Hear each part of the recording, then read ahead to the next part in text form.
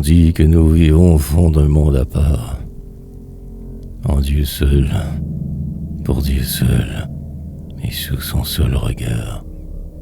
L'autre monde, animé d'un autre esprit de vie, ou d'un souffle de mort, de colère et d'envie, mugit autour de nous. Et jusqu'en ce saint lieu, poursuit de ses fureurs les serviteurs de Dieu. Un grand peuple, agité par l'esprit de ruine, fait crouler sur lui tout ce qui le domine. Il veut renouveler trône, autel, meurt ses lois. Dans la poudre, le sang, tout s'abîme à la fois.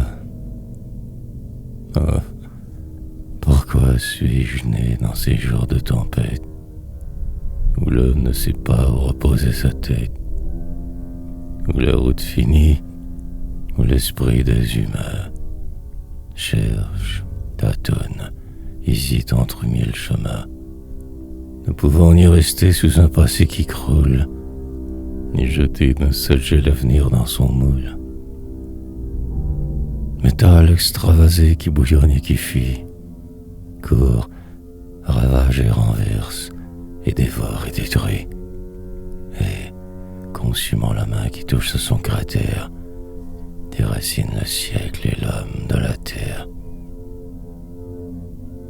Heureux, du moins, heureux que la lueur de foi vive encore dans mon œil et marche devant moi, et, séparant mes pas de la foule élancée, trace une route part à ma pauvre pensée, route qui mène ailleurs que celle d'ici-bas, et que Dieu me m'éclaire, et qui ne finit pas.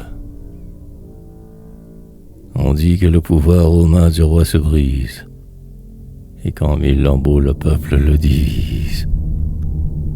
Le peuple, enfant cruel qui rit en détruisant, qui n'éprouve jamais sa force qu'en brisant, et qui, suivant l'instinct de son brutal génie, ne comprend le pouvoir que par la tyrannie.